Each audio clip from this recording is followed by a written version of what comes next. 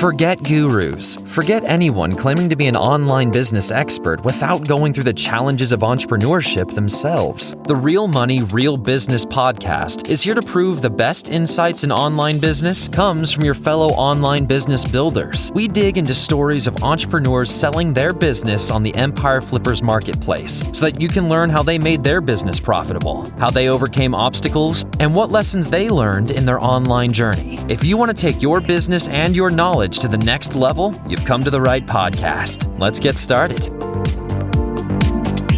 Hey everyone, Brandon here with another great business to discuss on this episode of the Real Money, Real Business podcast. Today's guest is Nick, and he's selling his Amazon FBA, Amazon Associates, and advertising business on the Empire Flippers marketplace. So welcome to the show, Nick, and how are you doing today? Hi, Brandon. I'm very well. How are you? I'm doing great. Thanks for asking. And really nice to have you on the call today and talk to you about this business you've created. But before we get into that, let's go into a brief overview of the business. So it is an Amazon FBA, Amazon Associates, and advertising business in the baby care niche created in July 2018.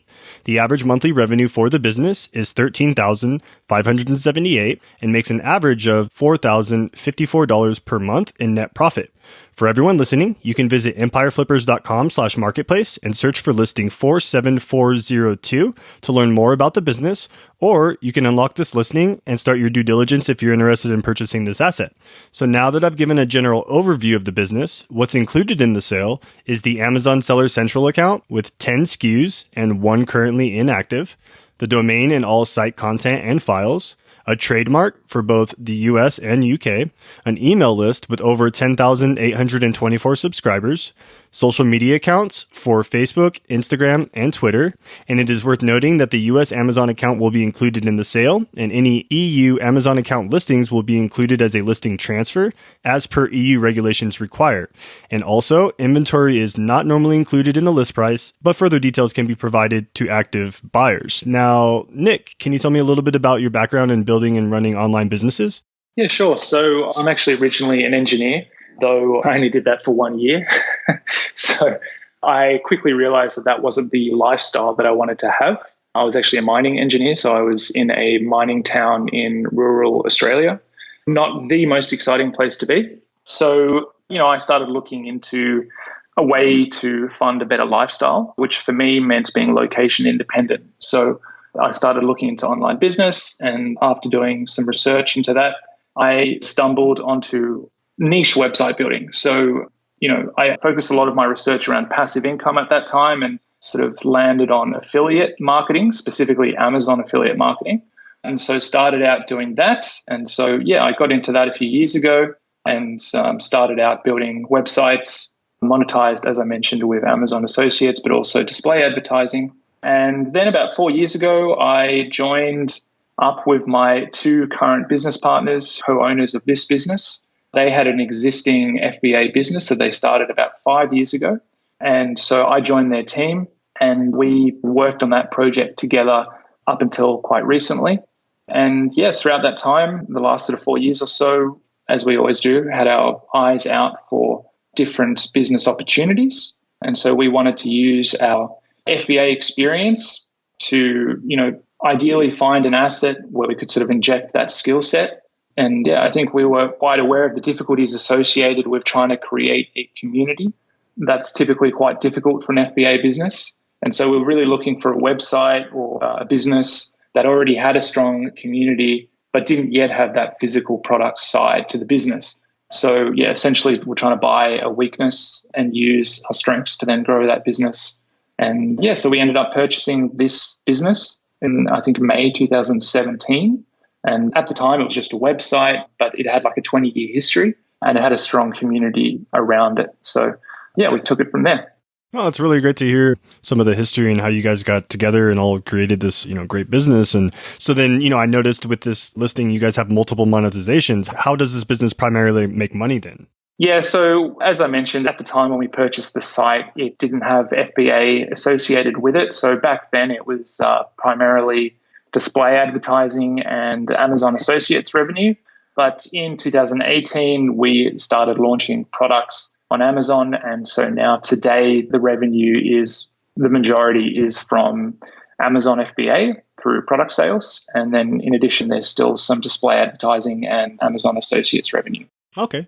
And then why choose to go into this specific niche? Was there something that was just related already with your business partners' products or businesses that just kind of related within this specific niche? No, so it's completely unrelated in a very different niche. As I mentioned, we were looking to find a community-based website. So that's what really appealed to us with this website at the time was that, it's actually a sub-niche of baby.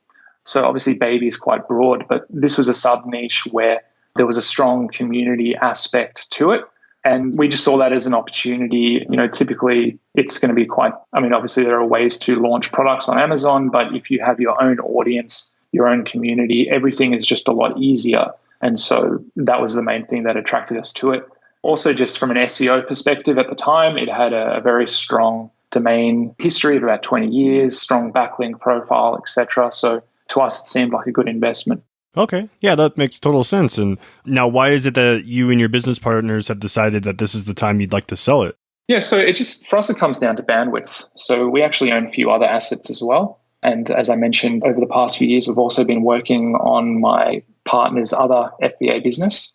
So we haven't really had the time to focus on this business, unfortunately. So it's something that we've thought about for a while, whether to sell or not. And I think at the moment, we're just looking to consolidate our focus, but also capital to then, kind of hone in on different projects. And then was there anything that you had learned while you were growing this business that you plan on applying to future businesses or projects down the road? Yeah, sure. Whether that's our FBA skill set or the website side, absolutely. You learn a lot of things along the way, and it certainly helps that we have a fairly broad experience through different FBA businesses, different websites. We're a 3-person team. And so for sure, skills and learnings have come from this particular business, but just collectively over, our combined years of experience, we've got a nice sort of robust skill set to use moving forward. Yeah, no, that's really good to have. And you had mentioned, learning things as you go along the way. Was there anything that you had tried with this business and it just didn't give you the ROI that you were expecting? The only thing that comes to mind is something that we tried quite recently, which was we actually tried to create a paid membership. So we actually have an existing Facebook group, which gets a lot of interaction. There's about 10,000 members in there. And, having a strong community sort of gives you a little bit of leverage when it comes to approaching brands and asking, for a discount or some kind of, partnership or whatever it might be. And so we were hoping to, create a paid membership for our audience where, as being a paid member, they would get access to the existing group and, potentially get access to different deals that we could source. That didn't work as well as we had liked, although it's not something we tested that extensively. But yeah, that's the most obvious thing that comes to mind. Okay. So then now, Nick, where does the majority of your traffic come from? Is most of it coming from Amazon organic search, or is a lot of it coming from PPC ads? Yeah, so for sure on the FBA side, most of the traffic is organic, but we are also running PPC. Okay. And then how about the website? Is that also mostly organic traffic as well? Correct. Okay, gotcha. And then are you doing anything else in terms of marketing for the business at this time? I noticed you have a few social media profiles set up and quite a large email list. Are you doing anything with those? Yeah, we are. It's not something we're doing extensively. I think the most interesting aspect would be what we're doing with pregnancy updates. So as I mentioned, it is a sub-niche of baby.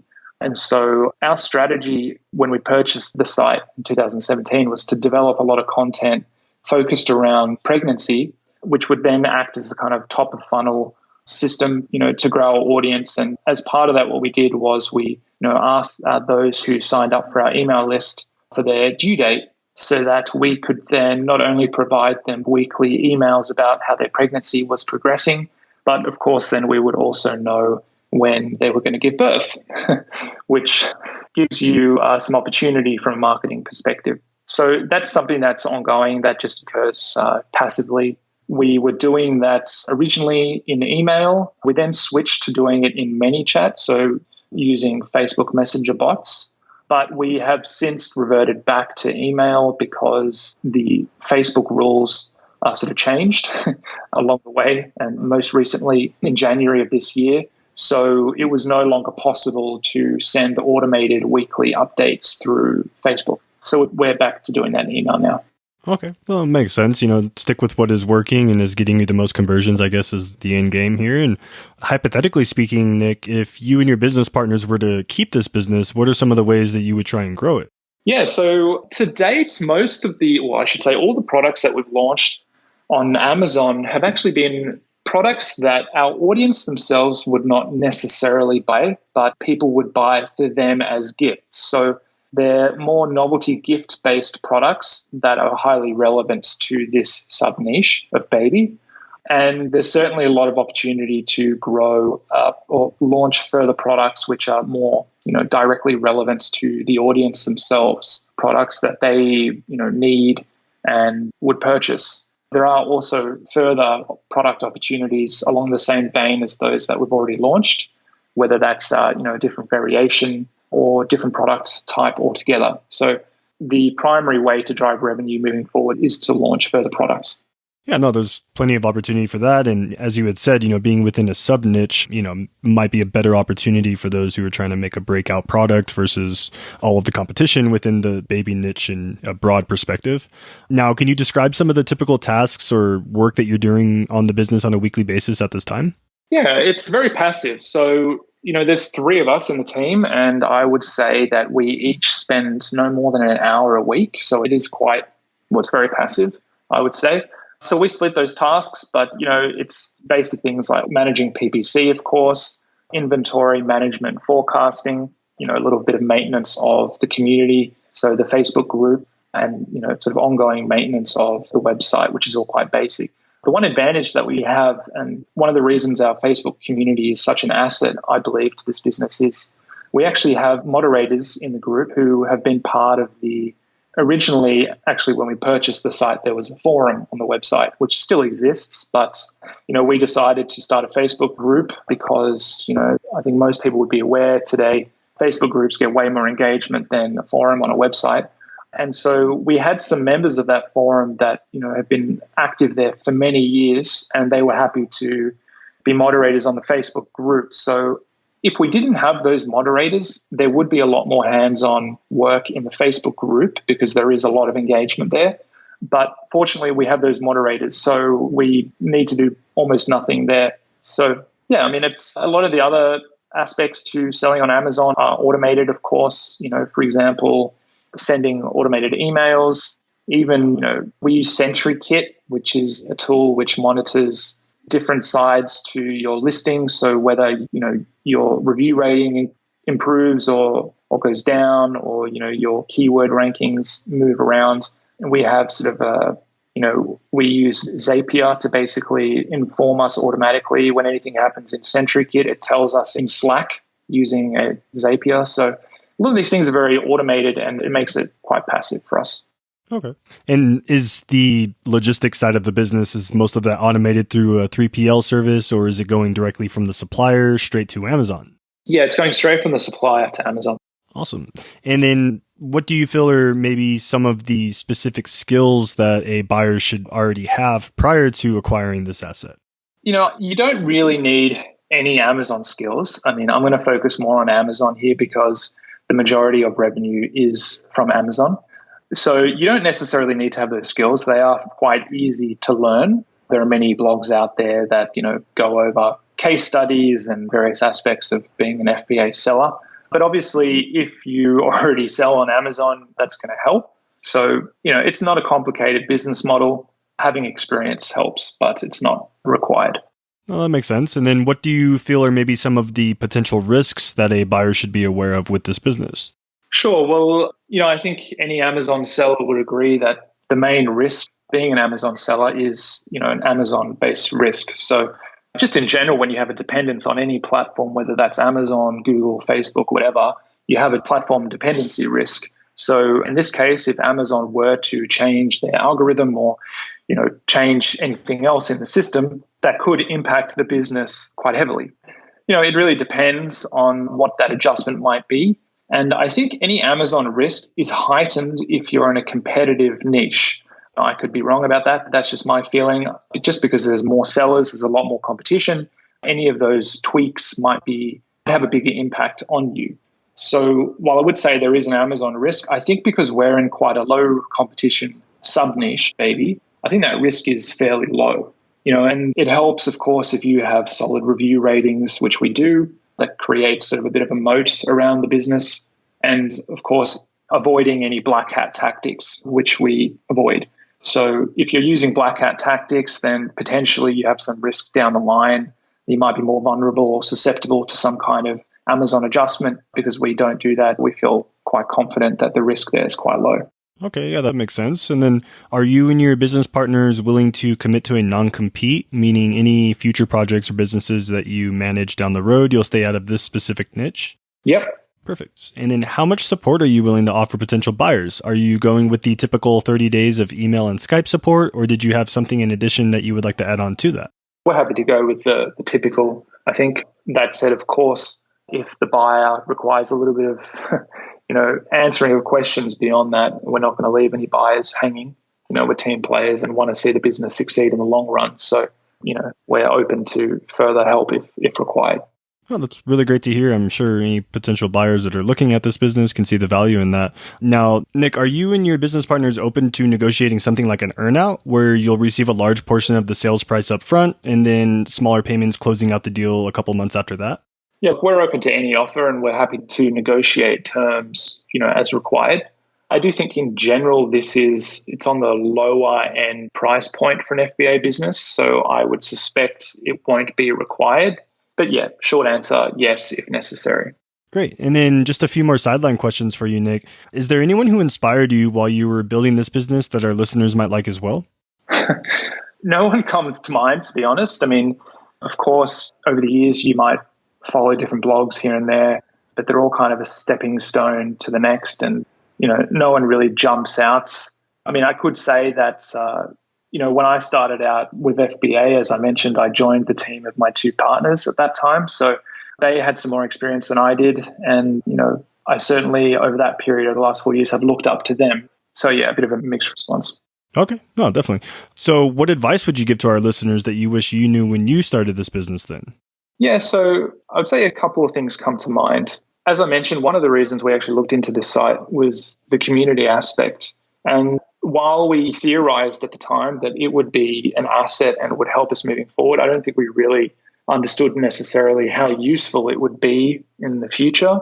And so, for example, all of the products that we've launched, we were able to use our community to basically help with that research and development. So, we could ask questions. What do you think about this product? What do you think about that product? Or, we could do polls where we would actually show designs and people would vote on the one they liked best. All these little things were really helpful when it came to developing our products. So I would certainly recommend that anyone looking into FBA in general just thinks about the community side. Everything is just a lot more difficult if you don't have that. Also, I would say, on the supplier side, we've been very fortunate with this business to have a great supplier. Based on my other experience, I've seen that, it's easy when you're looking into FBA to sort of go down the route of, looking for products on Alibaba, sending emails to various suppliers, and then ultimately picking one and going for it. It's kind of hoping for the best. And of course, when you're emailing these suppliers, you can kind of tell which ones might be better at responding, which ones might not be, but it's hard to predict how that relationship's going to play out over, 1, 2, 3, or, more years. And it is very important, if they keep increasing their pricing or they just become difficult to work with 2 years down the line, that's really going to be a pain. If you suddenly have to find a new supplier for your products, that's a real issue. I think it pays off to be patient when you're looking for suppliers. So I guess it's worth mentioning our supplier. We were very fortunate. One of my partners, Evan, the mother of one of his friends was, I'm not sure if she was the founder or co-founder or maybe the CEO of an existing baby brand in the US. It's not like a major brand, but it's fairly successful. And it was even mentioned by a few celebrities, including Oprah, which of course means a lot. Well, it certainly helps with sales and branding. And we were sort of fortunate through that connection to hook up with the same supplier of that business. So that's a huge asset actually to our business is the supplier. The quality of the products are extremely high, which is reflected in our review ratings. And they're also just very easy to deal with. So that's been very fortunate for us. Okay. And then, so what was it that drove you and motivated you while you were growing this business? Well, I mean, anyone who's operating a business wants to see it succeed. So, I don't want to sound like a pure capitalist, but profits essentially. We want to see increased revenue. We want to see diversified revenue. And, at the end of the day, we want to have a successful business. So that's all the motivation I needed. Okay. And then now putting yourself in the shoes of a buyer, why do you think that this business is worth buying? Sure. So I've already mentioned a lot of the assets, one being the existing community. As I mentioned, it's highly engaged. We've over 10,000 members in that Facebook group, and it's very useful for any kind of product development. I also mentioned that the products that we've launched today have been more sort of gift items that the audience themselves wouldn't necessarily buy. So that's a huge opportunity. So there are certainly products in the space that, that we haven't launched, which could be, and that's where that community will really come in useful, not only in the research and development side, but also potentially the sales side. Beyond that, it is quite low competition. So, if you look at baby in general on Amazon, it's quite a competitive space. But because ours is a sub-niche of that, it is actually very low competition. So, the actual launching on Amazon aspect and sort of sticking the landing, if you like, after a launch period is relatively easy in our sub-niche compared to other more competitive niches. And also, as I mentioned, the supplier. So it's really a good relationship. They're able to produce pretty much any of the products that you would want to launch within this niche. And, that takes a lot of future headaches out of the equation. Yeah, it's a really great opportunity for anyone who's looking at this business and can really make the updates and, the changes that you would mention and really capitalize on this great opportunity. Now, was there anything else that you'd like to share, Nick, that I might have missed during this call? No, I think it summed it up pretty well. Okay, perfect. Well, thank you so much for coming on the call today, Nick, and looking forward to seeing this listing getting sold here in the next few weeks. Yeah, absolutely. Thanks for your time. Thank you. And all right, everyone, thanks for listening. To learn more and to see if this listing has already been sold, head over to empireflippers.com/marketplace and search for listing number 47402. If you're watching this on YouTube, click the link in the description to go straight to the listing. And once you've unlocked this listing, you'll be given everything you need to know about this business. So until next time, enjoy your digital journey.